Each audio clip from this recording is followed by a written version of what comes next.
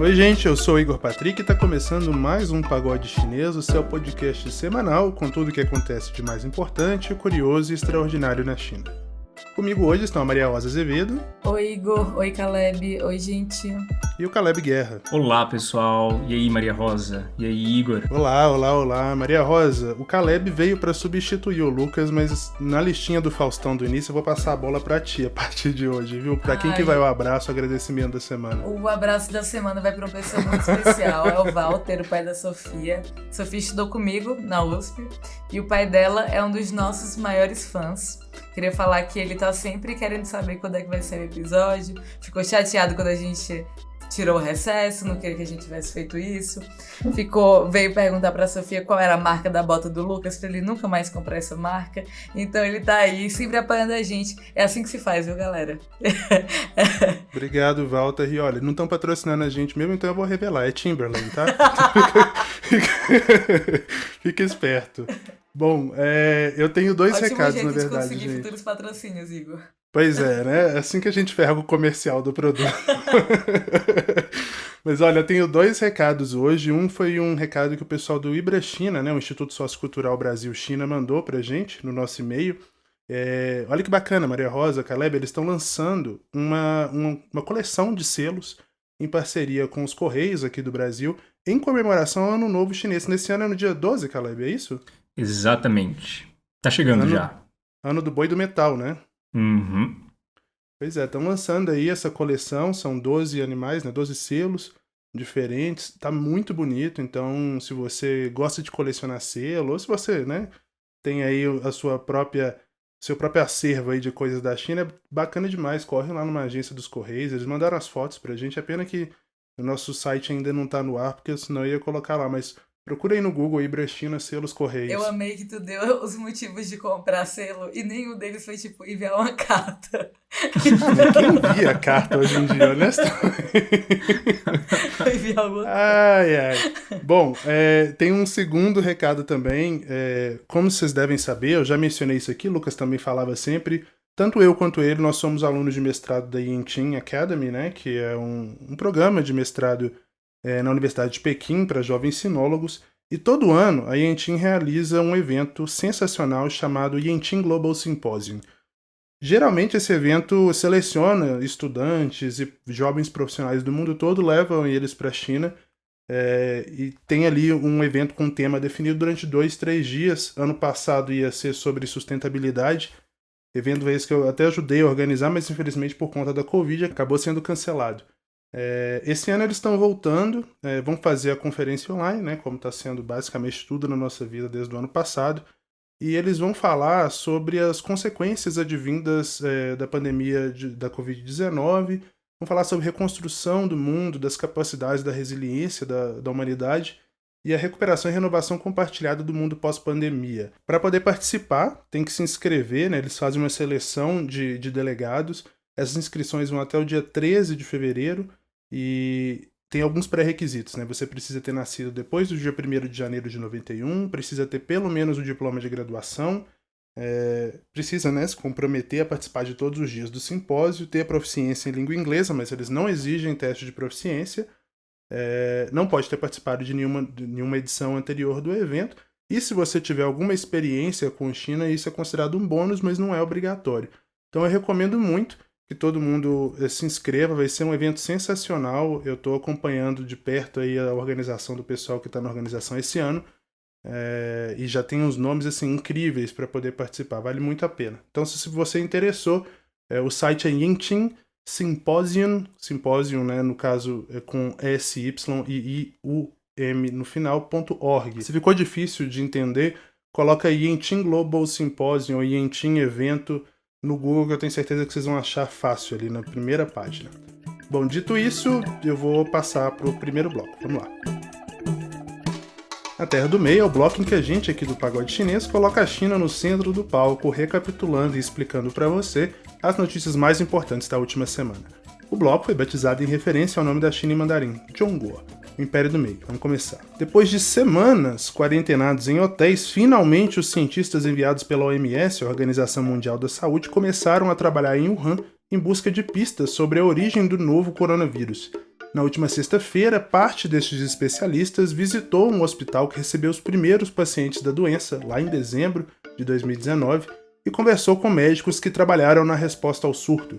Segundo a imprensa chinesa, uma das pessoas ouvidas por esses especialistas estrangeiros durante a visita foi a diretora do Departamento de Medicina Respiratória e de Cuidados Intensivos do hospital, a Jiang Jixian, a primeira médica, a relatar a doença. Ela se tornou uma figura aí bastante conhecida porque ela vai sempre nos programas da TV estatal CCTV, geralmente defendendo que a resposta chinesa à nova doença foi imediata e profissional. Na tarde da última segunda-feira, no dia 1º de fevereiro, foi a vez dos especialistas visitarem o mercado de Huanan, que é o local onde os especialistas chineses acreditam que o novo coronavírus pulou dos animais silvestres para os seres humanos. O local está fechado desde janeiro do ano passado e por lá funcionavam pelo menos 1.000 barracas comercializando carne de vários animais. O líder da equipe da OMS, o Peter Ben Embarek, eu não sei de onde esse cara é, mas provavelmente ele não é dos Estados Unidos nem do Reino Unido, porque o nome dele é bem esquisito, então eu com certeza pronunciei errado. Mas enfim, esse senhorzinho aí diz que os cientistas pretendem visitar os locais onde os primeiros contágios aconteceram, saber quais animais e produtos eram comercializados ali e possivelmente conversar com alguns dos lojistas que trabalharam no local durante os primeiros dias da pandemia. Essa missão é muito importante porque ela pode ser fundamental para prevenir que novos coronavírus encontrem um ambiente propício que os permita mutar e infectar seres humanos. Ainda assim, considerando o tempo perdido, desde o início da pandemia e a pouca transparência das autoridades chinesas, muitos epidemiologistas no entorno do mundo apostam que as origens do SARS-CoV-2 jamais serão completamente compreendidas. Caleb, vou pedir para você comentar, porque você tem conversado com seus colegas chineses sobre a expectativa da cidade em torno dessa missão da OMS. Hoje eu vi que esses mesmos cientistas visitaram o famoso Laboratório de Biossegurança 4, que é o laboratório que tem todas essas teorias conspiratórias aí, que o vírus teria sido fabricado lá, etc. Só para deixar aqui bem esclarecido, não foi. Existe bastante literatura científica sobre isso, mas o pessoal está aí segurando a respiração porque está com medo não dos resultados em si, mas que isso dê gás para essa narrativa anti-China no entorno do mundo, né? Pois é, Igor. Como você mesmo disse, um time de peso chegou a Wuhan. Então são cientistas dos Estados Unidos, Austrália, Alemanha, Japão, Inglaterra, Rússia, Holanda, Catar e até Vietnã, que pousaram na cidade com o objetivo de investigar sobre a origem do coronavírus. E é claro que eles não vão trabalhar sozinhos, um grupo de cientistas chineses já está na cidade para recebê-los e trocar informações. E eles vão trabalhar juntos a partir daí. E óbvio, falar de origem do coronavírus é um tema difícil. Uma única visita do time a Wuhan provavelmente não vai chegar a nenhuma conclusão.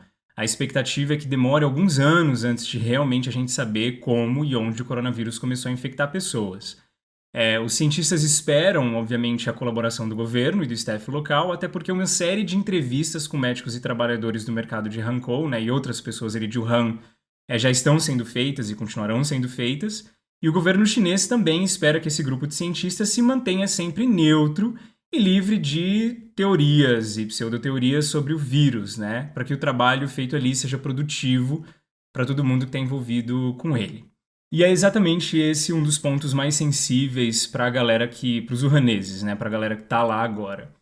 Existe sempre a preocupação de que essa história sirva para alimentar uma narrativa xenofóbica, contra a China. Eles acham, e pelo que eu tenho conversado com eles, é que se existe realmente algum valor não apenas simbólico dessa investigação, desses profissionais da OMS em Wuhan, esse valor depende diretamente do objetivo dessa missão, e o objetivo não pode ser necessariamente culpar o governo de Wuhan, e sim, a partir da investigação concluída, ter até mais dados para criação de formas mais eficazes na luta contra o coronavírus, que ainda está longe de estar no fim, E de um outro ponto de vista, eu imagino que olhar para trás seja muito doloroso para wuhaneses também. Conversando com alguns amigos locais, eu também percebi que existe sempre uma ferida aberta ali.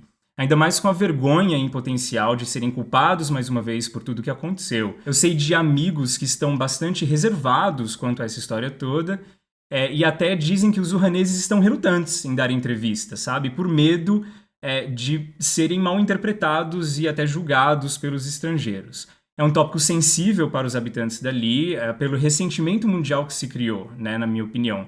Nada é mais triste para um hanês do que a ideia de uma opinião pública internacional que os detesta e os culpa ainda mais depois de ter passado por todo o sofrimento de um lockdown completo e zerado as transmissões ali na cidade. E já com essa desconfiança, né, com a grande mídia internacional, existe uma certa tensão aí com todos os amigos de Wuhan que eu conversei. Então, como eu disse, a grande expectativa dos wuhaneses sobre essa visita da OMS ali é que não haja motivações políticas, né, e nem que isso seja confundido como uma caça às bruxas, mas sim que o objetivo seja o de ir até o fim de uma questão científica, que hoje é, sem sombra de dúvidas, uma das maiores crises que o mundo já enfrentou nesse século. Causou bastante barulho um memorando anônimo publicado pelo think tank conservador Atlantic Council na semana passada, sugerindo caminhos aí para conter a ascensão chinesa. Eu vi essa notícia na newsletter da Xumian e, pelo que eu tô percebendo aqui, ela está repercutindo bastante, sobretudo nessa bolha de China. Esse documento, né, foi inspirado em um memorando conhecido como Longo Telegrama, ou Arquivo X. Foi publicado lá em 1947 pelo diplomata George F. Kennan e que guiou as relações entre Estados Unidos e União Soviética durante a Guerra Fria. Esse texto diz que o Xi Jinping restaurou a doutrina marxista-leninista clássica, promovia o culto à sua imagem assim como Mao Zedong e adotou uma calculada estratégia para destruir inimigos políticos dentro do próprio Partido Comunista Chinês. Argumentando que a China se tornou uma potência revisionista, esse autor anônimo defende operar dentro da estrutura do partido para estimular divisões internas e, com isso, aí, minar a autoridade do próprio Xi. O texto também sugere reequilibrar as relações com a Rússia como forma de isolar Pequim e o estudo de estratégias que promovam o fracasso econômico chinês.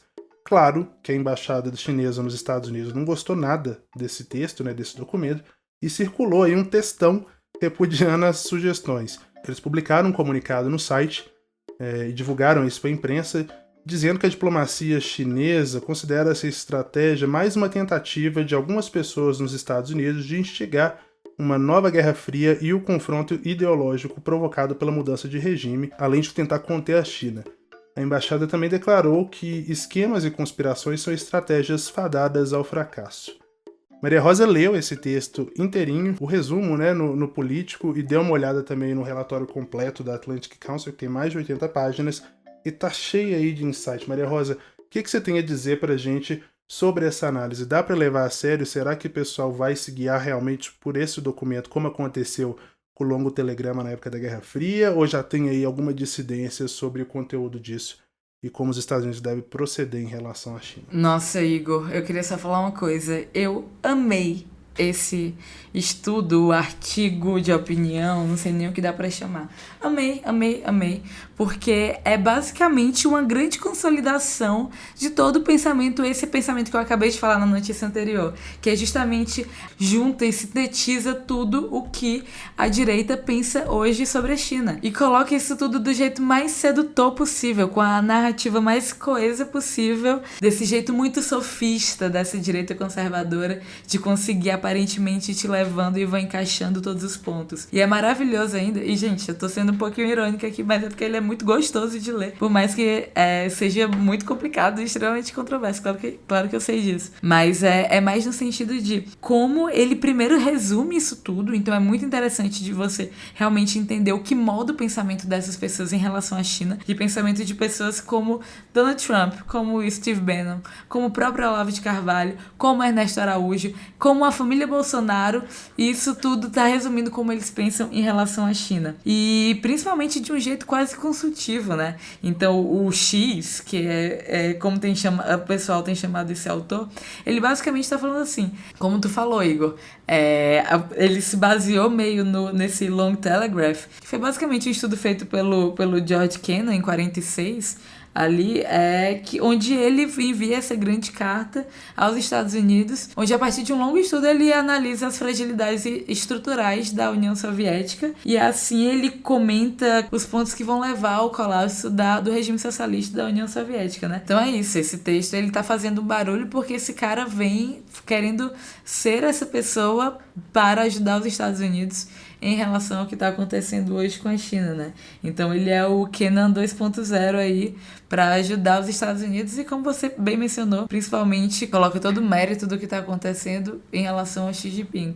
Realmente como se o Partido Comunista ele fosse formado por uma pessoa. Se Xi Jinping morrer amanhã, então não vai mais existir toda essa ameaça da China de se tornar aí a nova, não só a grande potência mundial e não só superar os Estados Unidos como maior economia do mundo. Ele fala realmente de uma China que vai, primeiro, ameaçar a democracia. E eu vou entrar agora um pouco no artigo porque ele realmente é muito interessante. E é isso, dessa questão de ameaça realmente democrática e também de a gente passar a ter novos jeitos de se olhar para tudo, de se olhar para a economia, de se olhar para a sociedade, de se olhar para como se faz política, a partir de um olhar chinês, a partir de um olhar oriental e a maneira que o mundo ele é moldado ser construída a partir disso. Mas é isso, como eu falei, esse plano secreto da China, ele vai muito além de se tornar uma potência mundial. Ele fala sobre também quais são as prioridades para esse plano, né? E aí ele fala sobre se manter o Partido Comunista a qualquer custo. E é isso, ele faz essa consolidação de quais são os pontos fortes da China e quais são as prioridades e o que a China tem como fundamental para realmente se manter nessa jornada desse plano quase secreto, mas que ele está trazendo agora à tona, da China se tornar isso tudo que eu já comentei, né? Essa a grande moldadora da nossa sociedade. Então, entre essas prioridades tem várias. Tem desde manter o partido aí a qualquer custo, então um partido coeso. Também fala muito da integridade territorial, da questão das fronteiras da China. E é algo que a gente até traz muito aqui no Pagode, né? De conflitos que acontecem. Então ele também fala da questão de Xinjiang, ele fala de também manter um nacionalismo exacerbado ali dentro da China. Ele fala também de um dos jeitos que a China faz isso é também tentando descredibilizar os Estados Unidos e a política americana. E aí sobre isso tem alguns pontos realmente bem interessantes de tudo isso, porque foi uma questão muito forte, muito latente na China, tudo que aconteceu agora com a democracia americana, né? Essa dificuldade do Donald Trump de deixar o governo, tudo que aconteceu inclusive da invasão do Capitólio. Isso foi visto na China, isso recuperou um pouco do ressentimento nacionalista chinês também. Eles também falam sobre os Estados Unidos se atentarem ao poderio militar chinês e aos aliados que a China tem feito, principalmente falando de Rússia. Então, uma das dicas que ele dá, inclusive, para os Estados Unidos é passar a ter uma relação mais próxima com a Rússia. E aí, outra coisa que eu até comentei no episódio de hoje já, que essa conquista global através de infraestrutura da China, de realmente estar em todos os continentes a partir de infraestrutura, e aí tanto física quanto tecnológica, algo que ele resume no Belt and Road Initiative, que é algo que a gente inclusive fala pouco no Pagode, deveríamos falar mais. E é isso, depois que a gente tem são essas dicas, e aí tem uma parte bem extensa dessas dicas que ele dá realmente ao governo americano. Ele fala muito sobre como o Trump estava correto em ter levantado as bandeiras e feito com que as pessoas tivessem essa consciência de começar a domar a China, mas ele fala sobre como a execução do governo Trump ela foi caótica e ela foi muitas vezes também incoerente com o que ele falava. E, além disso, ele fala sobre como os Estados Unidos devem fazer isso. E mantendo as coisas que eles têm de mais fortes. Então, ressaltando isso, que é toda a questão militar americana. Então, ele fala bastante da questão militar, tanto chinesa quanto da americana. Ele fala sobre ainda existir o dólar como realmente a fonte de reserva de capital do mundo. Então, isso como sendo uma grande coisa que os Estados Unidos têm que se atentar. Há questões de tecnologia também, então como as maiores empresas de tecnologia ainda são americanas e como isso realmente é o que molda o futuro. E também ele fala bastante dos valores americanos, né? Essa questão da liberdade de expressar a sua individualidade e de tudo isso ele também coloca como um dos pontos fortes dos Estados Unidos.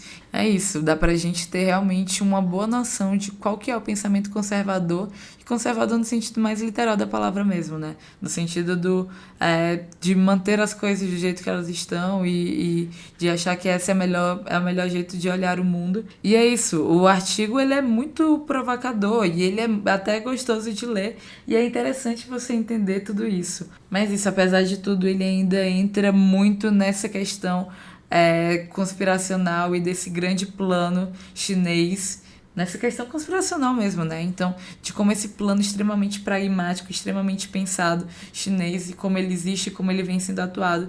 E é isso, por mais que algumas coisas, inclusive, sejam muito coerentes sobre o que está no artigo. É muito complicado pensar isso tudo para um país de 1,4 bilhão de pessoas e ele realmente sendo regido e completamente direcionado por uma pessoa. Como se dentro do Partido Comunista não houvesse também discussões estratégicas e sobre como as coisas vão acontecer, sobre o que são prioridades ou não. Então é realmente muito simplificador você olhar para a China hoje e tudo que tem acontecido no mundo e os rumos que o mundo está tomando a partir de uma visão tão linear e tão pragmática e quase manipuladora, como se o mundo realmente se resumisse a um tabuleiro de xadrez, né? Realmente uma leitura muito interessante, muito bem escrita e muito envolvente, eu diria. Então, é isso. O Ministério da Educação na China divulgou novos planos para o aumento de carga horária das aulas de educação física nas escolas chinesas. Bom, quem está ouvindo deve estar se perguntando, e daí? Acontece que o documento diz que esse aumento é uma estratégia para combater a feminização dos homens no país. O plano é uma resposta às críticas de Xi Zhifu, um delegado da Conferência Consultiva Política do Povo Chinês. A fala desse cara é bem complicada e sexista, mas eu vou tentar resumir aqui o que ele defendeu. Para esse delegado, a feminização dos adolescentes chineses podem ser causadas por professores majoritariamente do sexo feminino no jardim de infância e no ensino básico regular. Ele também destaca que celebridades sul-coreanas, sobretudo os cantores de K-pop, possuem traços delicados e influenciam os fãs chineses, e encerra dizendo que essa tal feminização é uma ameaça ao desenvolvimento e à sobrevivência da China. Difícil, né? O Ministério anunciou que vai recrutar instrutores profissionais para as aulas de educação física e que vai trabalhar para melhorar os métodos de ensino, introduzindo incentivos aos alunos como educação universitária gratuita para os melhores atletas, bem parecido com o que já acontece nos Estados Unidos, né? O objetivo é, abre aspas, cultivar a masculinidade em homens jovens, equilibrando a força física e a saúde mental, fecha aspas. Claro que a galera ficou full pistola na internet, foi xingar muito no Weibo. Vários internautas criticaram o endosso oficial ao que eles chamaram de padrões de gênero para homens e mulheres e flagrante sexismo dessa política.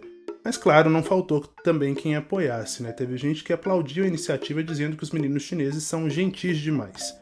Bom, essa notícia repercutiu bastante, eu li sobre ela primeiro, se não me engano foi no SupChina, mas o Caleb teve acesso aí primeiro ao discurso do Xi Zhifu e também ao conteúdo original dessa política. E ele vai explicar um pouco pra gente por que essa palavra feminização não deve ser levada ao pé da letra para poder entender. É uma fala complicada, mas ele vai tentar destrinchar aqui o raciocínio desse cara e do próprio Ministério de Educação para poder advogar em torno dessa mudança aí no currículo escolar. Vai lá, Caleb. Bom, vamos lá. Cultivar mais masculinidade e barrar a feminização dos meninos é a grande notícia. E o método realmente seria mais aulas de educação física nas escolas para que os meninos cresçam mais másculos. E é uma notícia que naturalmente gera muita comoção. Então a gente vai tentar começar do começo para entender como nós chegamos até aqui.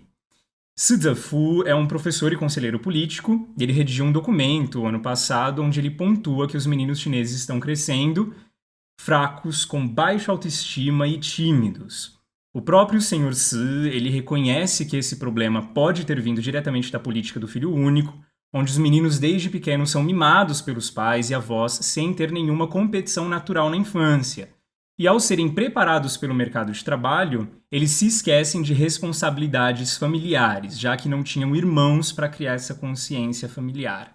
E isso piora ao entrar na escolinha, já que a maioria dos educadores, são mulheres.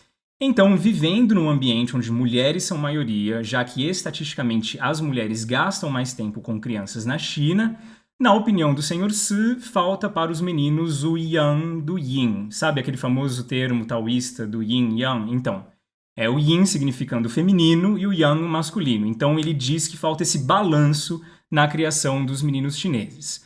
Falta um balanço. Na minha opinião, ele não quer dizer que mulheres são fracas, com baixa autoestima ou tímidas. Ele quer dizer que a falta do yang, ou da virilidade dos homens, estão os tornando homens sem esse balanço, sabe? Sem essa parte mais máscula.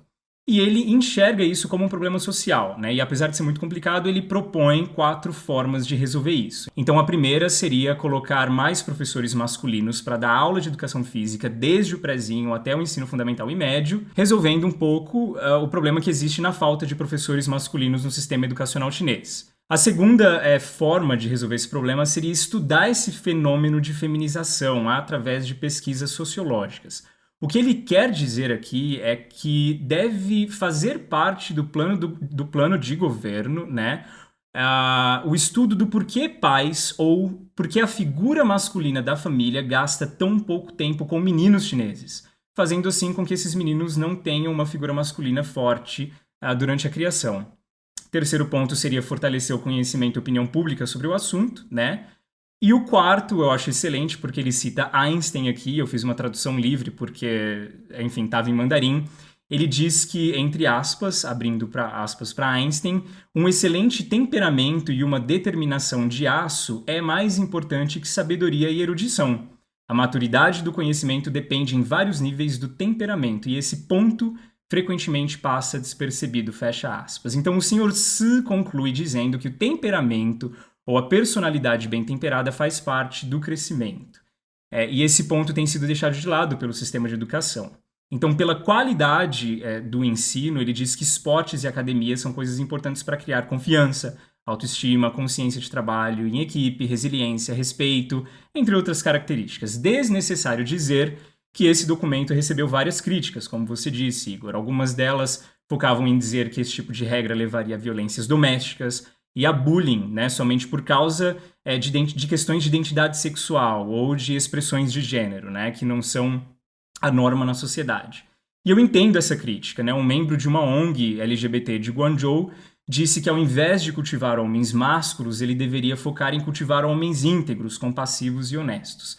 Eu entendo a crítica, mas eu acho que na prática é exatamente isso que o Sr. Si está tentando alcançar. Quando ele enquadra, por assim dizer, a feminização no fato dos meninos tratarem mal e desrespeitarem as mulheres por terem perdido a noção de que o homem precisa ajudar a edificar a família nuclear, investir tempo nela, e não só trabalhar fora, né, enfim, e abandonando dessa forma os deveres de casa, ele tenta restaurar esse balanço que está faltando, né? A crítica dele é sempre nesse balanço que está faltando o yang, ele usa essa palavra lá. Homens não crescem sabendo que precisam ser homens dentro da família. Esse é o grande problema para ele, e isso está faltando na educação e no sistema educacional chinês. Então a gente precisa sempre lembrar, e eu gosto de lembrar, que o Sr. Si aqui, ele está usando termos que foram traduzidos do inglês para o mandarim, né? Feminização, virilidade, masculinidade, estereótipos de gênero, expressões de gênero, e ele pode realmente ter se perdido um pouco nesses termos, né? Que realmente, quando se incorpora algo assim no mandarim, perde-se muita coisa, muita discussão histórica na tradução. Mas, ao usar um termo mais chinês, eu acho que a gente consegue entender melhor o que ele quis dizer, né? Ele fala que o erro dos meninos pequenos e dos jovens chineses está em buscar ser xiao xianrou, que significa literalmente carninha fresca, que é a ideia de que quanto mais jovem, quanto menos sol e mais pelinha de bebê, melhor. E essa busca cria meninos que não gostam de esportes e competições, então tira deles a oportunidade de crescer mais resilientes e responsáveis. E talvez, só talvez e só na minha opinião, feminização na mente do Sr. Si foi a palavra usada para o medo que os homens chineses estão tendo de aceitarem responsabilidades familiares para si, principalmente responsabilidades de cuidar da casa juntamente com as mulheres da família e não só prover financeiramente para ela. É uma crítica social dele, talvez com palavras traduzidas e usadas um pouco fora de contexto e sem peso histórico lá na China, né, que nem elas têm aqui no Ocidente, mas consideradas persistentes pelo Ministério da Educação, que aceitou, né, na verdade, esse conselho do Sr. Si.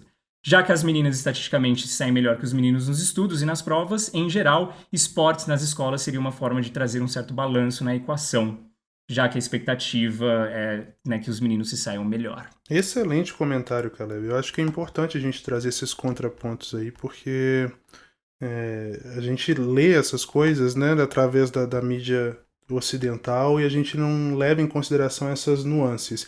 Não que isso torne mais justificável o que ele disse, acho que ainda assim continua sendo uma fala sexista, mas dá para entender um pouco melhor a linha de raciocínio antes, né? Eu vou finalizar o nosso bloco de notícias agora e vou para o Ponto CN, que é o nosso bloco de tecnologia e inovação na China.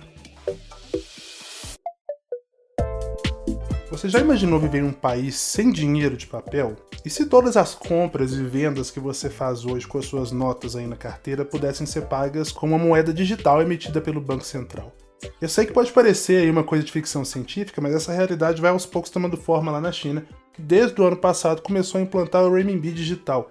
As autoridades chinesas vêm distribuindo esse dinheiro eletrônico por meio de sorteios, né, de loteria, e ajudando ao mesmo tempo a aquecer o comércio varejista, testando, né, essa nova versão aí da moeda deles, o renminbi.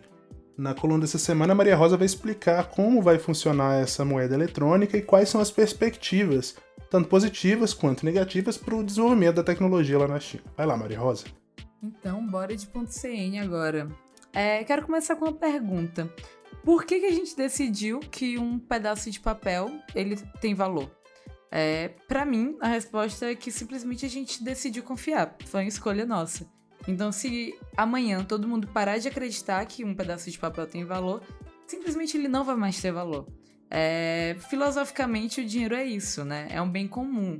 Eu falei, é alguma coisa que a gente confia. E confia como unidade comum de contas. Então, ele vai ser uma reserva de valor. E essa reserva de valor, ela serve para a gente trocar por algum produto ou serviço. Senão a gente ainda estaria vivendo de escambo. E ele também liquida transações financeiras, né? Então, a gente, quando digitalmente envia dinheiro de um lugar para o outro, quando a gente precisa liquidar, então quando a gente precisa recuperar esse dinheiro, ter ele, por exemplo, fisicamente, a gente vai transformar um número numa tela em papel moeda. E é o papel dos bancos centrais do mundo inteiro de emitir essa moeda de uma forma confiável. E isso é uma coisa que eles fazem há centenas de anos, né? Mas a gente já viu uma mudança do ouro, por exemplo, para uma cédula. E se uma nova mudança acontecesse? Se esse dinheiro fosse emitido de uma nova forma? E, por exemplo, se essa forma fosse uma criptomoeda, né? Não querendo dizer que o papel moeda vai ser abolido, mas com uma coisa chamada Central Bank, não querendo dizer que o papel moeda seria abolido também. Mas essa criptomoeda emitida pelo Banco Central, que hoje tem sido chamada de Central Bank Digital Currency. Então a gente traduz isso para CBDC. Pode ser um benefício complementar para a população. Isso vai apoiar o sistema de pagamentos doméstico e fazer com que ele se diversifique e fique mais resiliente. Querendo ou não, uma moeda digital ela promove inovação que cédula ela não permite, né? E em diversos lugares do mundo, na verdade, isso está virando realidade. Na China, novamente, é o lugar mais avançado deles e é algo que tem sido trabalhado desde 2014, de acordo com o Banco Popular da China. Esse programa piloto foi lançado ano passado, 2020, em 4 cidades. Então foi em Shenzhen, em Suzhou, em Chengdu e em Xiong'an. E já foram realizadas transações em modelo mais de teste que já totalizam mais de 200 bilhões de yuans. Isso dá mais ou menos uns 300 milhões de dólares. E é isso, o mundo está mudando. E até mesmo antes da pandemia do Covid-19, o papel moeda na China, como a gente já falou aqui várias vezes, ele estava em profundo declínio. Então, esses pagamentos digitais que são providos comercialmente dentro dessas carteiras digitais, eles só crescem tanto em volume quanto em diversidade lá pela China. E principalmente por trazer muitos benefícios, né? Conveniência, rapidez, é muito prático. Então, os bancos centrais do mundo olham muito para a China nesse sentido. E é uma questão de também não ficar para trás e acabar deixando tudo isso na mão de iniciativa privada. Até como eu já falei muito, a gente aqui no Brasil também está vendo um reflexo do que aconteceu na China com um crescimento muito grande das carteiras digitais, né? Então, esses bancos centrais eles já estão há algum tempo buscando como oferecer essas moedas digitais para o público, as CBDCs. E esse entendimento do que são CBDCs, ele avançou muito. E esse entendimento de como o Banco Central pode emitir uma criptomoeda avançou muito nos últimos anos. E só que ainda há realmente um caminho muito longo para entender tanto os benefícios quanto os riscos de se ter uma economia tão digitalizada assim, né? As vantagens elas são enormes, começando que tem alguns cálculos de algumas consultorias que até 3% do PIB de alguns países vão só para emissão de papel moeda. Então tem que pensar que além de imprimir esse dinheiro, ele tem que ser levado com muita segurança. Então, pensando aí, tem o processo do timing, enquanto o carro forte Ele chega ao banco, tem que estar todo mundo preparado, é uma operação muito complexa. Isso acontece no mundo em todo momento. É isso, é pensar que esse dinheiro ele poderia, 3% do PIB poderia estar sendo usado para alguma outra coisa. E além disso, tem uma questão muito importante também, né? Algo que a gente quase não fala aqui no ponto CN, que são dados. Uma dessas questões mais fortes do papel moeda, que não dá pra gente saber exatamente como ele circula, né? Eu não vou entrar tanto na questão dessa infraestrutura tecnológica e de como isso é emitido e rastreado, e aqui, sem juízo de valor ainda, de trazer para a questão de segurança individual de dados. Hoje, quando a gente fala de sistema de pagamentos, tem um problema gigantesco que é de conseguir entender quando está acontecendo lavagem de dinheiro, quando está acontecendo evasão fiscal também, então quando as pessoas não pagam impostos. Além disso, uma questão que ela não é tão forte no Brasil, mas no resto do mundo ela é muito forte também, que é o financiamento de terrorismo, né? Então, querendo ou não, há lados bons de se conseguir entender melhor por onde o dinheiro está fluindo e de se usar a tecnologia para perceber quando há anormalidades em relação a essa movimentação do dinheiro. Lá na China, se o programa foi expandido, né, para todo o país, eles vão virar a economia mais poderosa até agora a oferecer uma moeda digital nacional. E isso vai bater a versão digital do euro, que vai ser lançada já já pelo Banco Central Europeu. É uma conversa também que está bem avançada já na Europa. Mas a China, querendo ou não, já sai um pouco na frente, porque é um país onde 4 a cada 5 pagamentos já são feitos de maneira digital, dentro das plataformas, tanto do Alipay quanto do WeChat. A diferença entre uma CBDC, entre uma Central Bank Digital Currency, e uma carteira digital e o dinheiro que circula lá dentro, ela é gigantesca. Ela é muito gigantesca em muitos e muitos aspectos, mas pra gente, meros mortais, o jeito mais fácil de perceber é que o dinheiro que tá lá no Alipay, ele só circula dentro do Alipay. E você só paga para alguém que tem Alipay, você transfere para uma conta para conta de alguém que já tem, e a mesma coisa com o WeChat. Já com o CBDC, ela vai ser aceita em qualquer lugar, em qualquer negócio, em qualquer banco, para qualquer pessoa. Porque afinal é dinheiro, é o equivalente a uma cédula, só que digital. E os argumentos do People Banks of China para essa corrida, né, que está acontecendo para lançar a moeda digital, vai muito nessa linha de conseguir resolver os problemas que eu mencionei antes, que é uma questão muito grande com corrupção na China. Então toda essa questão de lavagem de dinheiro, de evasão fiscal, de terrorismo, ela é muito citada, mas há também uma grande preocupação em relação ao grande acesso a esses dados de consumo de uma população como a chinesa. Por um lado é bom para o governo ele conseguir ter acesso a essas características de comportamento realmente da população e assim até conseguir entender melhor políticas monetárias. Então, toda a questão de quando se precisa ter um arroxo, emitir menos moeda, quando se precisa emitir mais moeda, controle de inflação, tudo isso, mas também há tensões sobre um possível aumento desse estado de vigilância na China, né? E em relação a isso, claro, o governo já se pronunciou, falou que não vai rastrear essas transações individuais. Mas como uma criptomoeda, essa CBDC, o Yuan Digital, ele incorpora elementos da tecnologia blockchain. Então, realmente, cada transação ela é registrada e ela é rastreável em um livro-razão digital. Porque, afinal, cada moeda é única, assim como cada cédula ela é diferente uma da outra e ela é tagueada, com a digital acontece a mesma coisa. Como fala o presidente atual do Banco Central, Roberto Campos, eles fazem parte do braço de competitividade que está dentro de uma agenda de inovação do Banco Central aqui do Brasil, que é a ABC Hash. O Roberto Campos ele fala desses dois marcos, né, o Pix como pagamentos instantâneos, que agora a gente já conhece bem, e o Open Banking, que é basicamente o compartilhamento, claro que depois de você aceitar, de informações dos clientes de cada pessoa dentro do sistema financeiro. Então ele fala dessas duas coisas como marcos para que a gente consiga no futuro chegar numa moeda digital do Banco Central. Mas é isso, a gente que já cansou de falar de novo normal, será que a gente vai ter criptomoedas emitidas pelo governo como esse novo normal? Não sei, bora ver. Obrigado, Maria Rosa. Hora de dar umas risadas dos perrengues dos nossos ouvintes no Cilada. Eu não sei vocês, mas desde que começou a pandemia, basta eu espirrar perto de alguém que todo mundo sai de perto. E isso é um problema pra mim, porque eu tenho rinite. Então, espirro não é nem sintoma de Covid, mas o povo fica com tanto medo que eu preciso explicar, eu tô quase colocando uma plaquinha, tipo, não é coronga, é rinite. E uma história muito semelhante, só que não com coronga, claro, né? Aconteceu com uma ouvinte nossa, com a Marina Schwartzman, que não é parente do bilionário que vai pagar minha vida a partir do segundo semestre,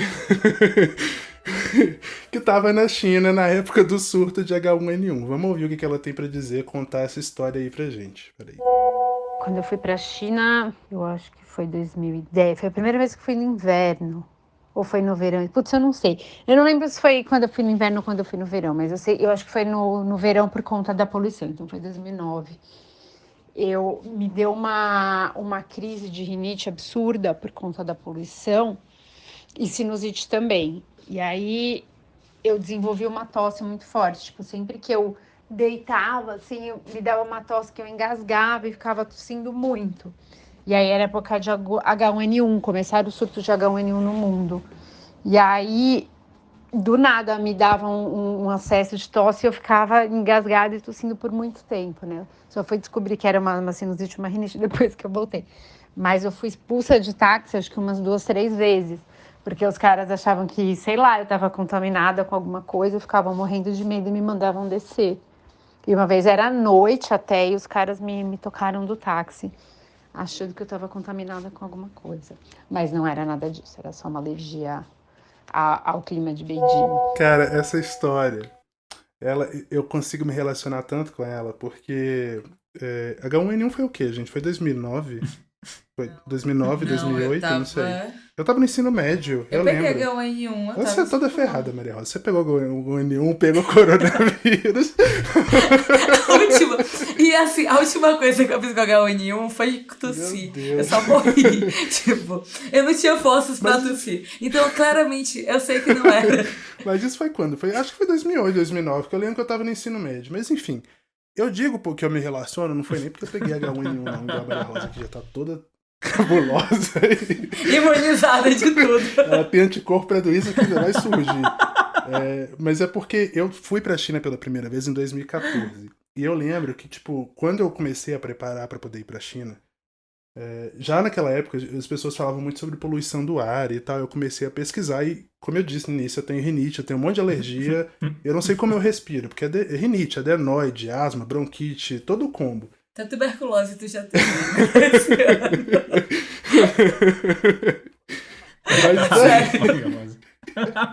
Vocês lembram do dia que o Leopoldo gravou, então, galera? Pois é.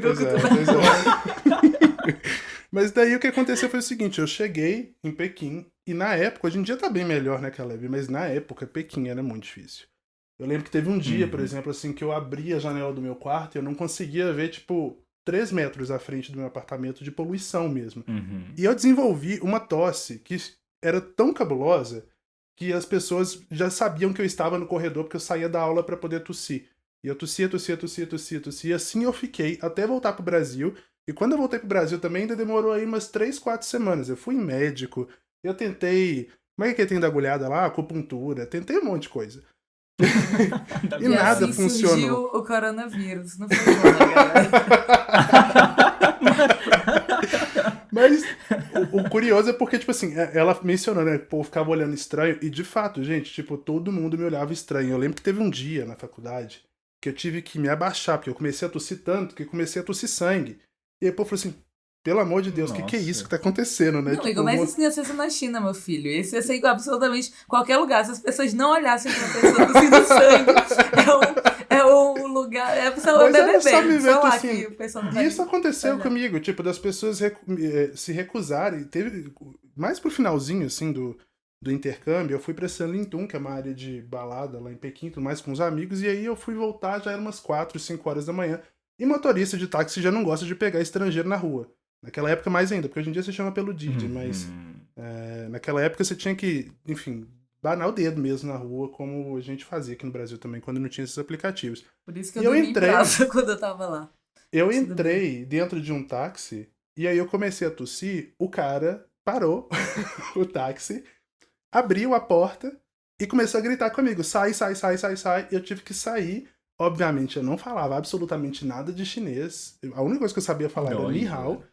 E eu fiquei no meio, do nada, assim, entre o terceiro e o quarto anel, Até que, tipo... Você desceu gritando, ni hao, ni hao, ni hao. Até que eu bati o dedo, assim, pra um outro taxista que passou e ele, por milagre, parou. Não era um lugar que nem podia parar. Era, tipo, quase uma rodovia mesmo, entre o terceiro e quarto anel de Pequim. E eu só sabia falar o nome da universidade. Aí eu falei, Beijing Dashue, Beijing Dashue. Aí ele disse, beleza, vambora. Ah, E me então foi deixou lá. agora. Não, menina, quando eu fui em 2014 eu estudei na Beidá também. Também? Que legal. Sim. Cara, mas é pensar que eles viveram muito isso, né? Então, Sais também, esse pessoal todo viveu uma quarentena, viveu uma epidemia. Então, depois teve gripe suína também, recentemente. A gripe suína não é H1N1, Maria Rosa? Bom, já deu pra perceber que ninguém aqui é bom de epidemiologia, então eu vou encerrar o bloco. Não, mentira, eu não vou encerrar, não. Caleb, já aconteceu alguma coisa contigo lá na China parecida com isso? Ou com algum conhecido seu? Já aconteceu. Eu tenho tudo isso. Tenho rinite, tenho sinusite. E foi uma vez que tava péssimo o clima e choveu, cara. Choveu. E era engraçado que as gotas d'água caíam assim na pele e elas eram escuras, Sim. né? Porque a água caiu puxando a poluição. É super bizarro assim. Mas eu fiquei muito mal também. De rinite. Agora, eu nunca sofri bullying por causa disso, não que eu me lembre. Eu tenho experiência. E o povo é mais legal. Eu sou daqueles que desiste. Eu sou daqueles que desiste da vida, assim, quando eu fico doente. Então eu não saio de casa. Eu percebo que tô ficando doente, eu literalmente... Eu não podia perder minha desisto bolsa, de cara. tudo. Se eu faltasse na aula, eu perdia minha bolsa. Cara, mas isso da chuva é muito maluco também. Eu não sabia. E aí eu tenho... E por algum motivo eu peguei muita chuva um dia quando eu tava em Taichung, em Taiwan. E aí minha pele ficou muito vermelha e ardendo muito e coçando Real. muito. Foi horrível, impressionante com o ácido da chuva lá. Bom, agora sim, eu vou encerrar o bloco. Obrigado, Marina, por enviar sua história, né? E se você já passou por uma situação divertida lá na China, ou mesmo aqui no Brasil, lidando com chinês ou com cultura chinesa, manda pra gente. É só gravar um áudio de até 3 minutos e enviar no nosso Instagram ou pelo nosso canal oficial no Telegram. O link é t.me/pagode chinês. A gente tá esperando seu relato. Senhoras e senhores, mandarins e mandarinas, mais um episódio do Pagode Chinês chegando ao fim e, como você já sabe, hora das nossas recomendações. Na semana passada, o ator canadense Simu Liu deu uma entrevista aí dando detalhes sobre Shang-Chi. Pra quem não tá sabendo, esse vai ser o primeiro herói da Marvel nos cinemas de origem asiática. Existe uma expectativa aí dos fãs do universo da Marvel, né, por esse longa que tá marcado para estrear aqui no Brasil em julho.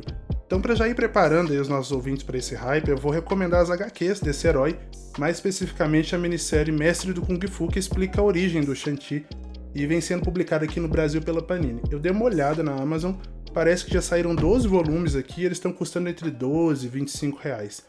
Eu adoro quadrinho, então eu acho que vale a pena demais. Maria Rosa, o que você vai recomendar hoje? Igor, hoje eu vou recomendar uma série do canal Futura. Cara, é um canal que sempre teve muito presente na minha infância e pra mim ele tinha meio desaparecido depois. Só que essa série é do Ronaldo Lemos, que é um parceiro de longa data do Observa, foi um dos dias mais legais do Observa, e o Ronaldo Lemos é um cara que é muito figurinha carimbada quando se fala de tecnologia no Brasil, né? Inclusive, abraço, Ronaldo. Exato, abração. Ele é advogado, professor de Colômbia, né? E professor também na China. Você é professor do Schwarzman esse ano, tá sendo, exato, na verdade. Exato. E então vai ser teu professor, né? Que demais. Pois é. E aí ele fez uma série junto ao canal Futura, que o nome é Expresso Futuro. E aí a terceira temporada dessa série se passa na China. Então eles passaram aí por mais de 10 cidades da China, Pequim, Shenzhen, Shanghai. Então eles passaram por várias cidades, uma equipe brasileira junto a uma equipe chinesa. E aí realmente fazendo algo que a gente tenta fazer muito no Pagode também, que é tentar traçar paralelos, né, entre o que acontece entre a cultura chinesa e a cultura brasileira e tentar entender um pouco do que a gente pode aprender com China também, pra gente também aprender um pouco com o que tá acontecendo na China e aplicar isso tudo aqui no Brasil, né. Então eu tô falando dessa série só agora porque ela tá disponível desde, se eu não me engano, semana passada, no Globoplay. Então agora todo mundo aí que assinou o Globoplay pra assistir Big Brother e não tem mais o que fazer porque assistir Big Brother tá péssimo, então liga no Expresso Futuro, vai ser bom pra você. Nossa, Big Brother tá péssimo mesmo, viu? Tá difícil de acompanhar. Mas essa série é sensacional, gente. E o que eu acho bacana dela é a equipe também por detrás das câmeras, que são meninos que tiveram experiência na China, estudaram na China e sabem muito bem, tem muita propriedade para falar desses temas. Então vale muito a pena conferir. Caleb, o que você vai recomendar pra gente? Bom, eu vou recomendar, na verdade, um desenho que tá na Netflix, mas ninguém geralmente presta atenção nele, que chama Big Fish e Bigonia. Grande Peixe e Bigonia. Ele é um desenho chinês, na verdade, e ele é baseado no primeiro capítulo do livro do Zhuangzi, aquele filósofo taoísta que fala da história de um grande pássaro chamado Peng, que se transforma em um grande peixe, aliás. E ele vai falar de uma grande transformação que um peixe sofre para virar um pássaro. E, na verdade, esse desenho, né, essa história chinesa puxa muito dessa cultura taoísta de transformação e conta uma história linda. Tá na Netflix e tá legendada em português, é só buscar lá, e que já me rendeu bastante lágrimas, porque eu já vi ela várias vezes. Super recomendo. Eu vou procurar pra assistir, Caleb. Bom, a gente vai ficando por aqui. O nosso podcast é uma produção da Risca-Fac, em associação com a Observa China. A direção é do Leopoldo Cavalcante e a edição do Guilherme Carrara. Trilha sonora original do Ruda Lages, artes do Lyndon Johnson, identidade visual da Paula Siebra, gestão de redes sociais do João Marcelo Viane, do time da F451. Se você quiser entrar em contato com a gente, nosso endereço de e-mail é o contato@pagodechinês.com.br. Também dá para mandar sua mensagem no nosso Instagram, no @pagodechinês, ou pelo perfil do Telegram, que é t.me/pagodechinês. O nosso provérbio dessa semana é esse aqui. Se os buracos pequenos não forem consertados, os buracos grandes causarão dificuldades. É isso, gente. Até semana que vem. Tchau!